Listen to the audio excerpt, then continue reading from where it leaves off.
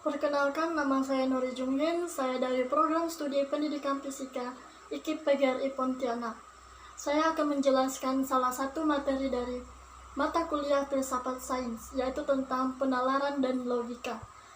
Penalaran berasal dari kata menalar, yang berarti berpikir menurut alur atau kerangka tertentu. Jadi, dapat ditafsirkan bahwa penalaran merupakan proses berpikir dalam menarik kesimpulan yang berupa pengetahuan.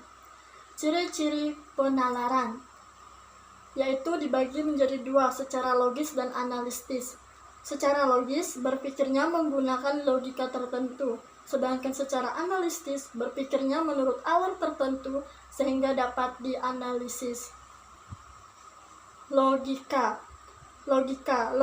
cara penarikan kesimpulan, pengkajian berpikir secara sahih. Logika dibedakan menjadi dua, yaitu logika induktif dan logika deduktif. Kita akan membahas yang pertama, yaitu tentang logika induktif. Logika induktif berkaitan erat dengan penarikan kesimpulan yang berlaku khusus dari berbagai kasus yang bersifat umum. Logika induktif juga diawali dari pernyataan yang khas secara individual dan diakhiri dengan pernyataan yang bersifat umum. Sedangkan logika deduktif memberikan bantuan penarikan kesimpulan dari yang bersifat umum menjadi kasus-kasus yang bersifat khusus. Logika deduktif juga dimulai dari pernyataan yang berlaku umum, kemudian ditarik kesimpulan yang bersifat khusus.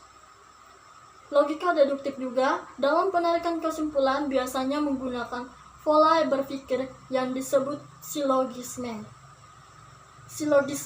Silogisme disusun dari dua pernyataan dan satu kesimpulan. Pernyataan yang mendukung silogisme disebut premis, yang dibedakan menjadi premis mayor dan premis minor. Contoh, semua makhluk hidup bernapas, itu dimaksud dengan premis mayor. Soprano bernapas, itu disebut dengan premis minor. Jadi, soprano termasuk makhluk hidup, itu disebut dengan kesimpulan. Contoh yang kedua, semua kera suka pisang, itu disebut dengan premis mayor. Soprano suka pisang, itu disebut dengan premis minor. Jadi, soprano termasuk dalam kesimpulan. Meskipun dua premisnya mungkin saja kesimpulannya bisa salah.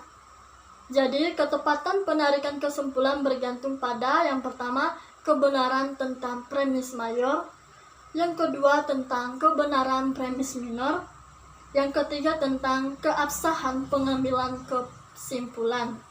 Oleh karena itu, perlu penggabungan antara logika induktif dan logika deduktif. Logika ilmiah.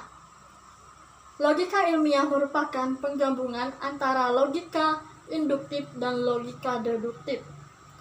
Jadi, logika ilmiah juga digunakan sebagai upaya mendapatkan pengetahuan yang ilmiah. Sekian penjelasan video saya tentang materi penalaran dan logika. Saya ucapkan terima kasih.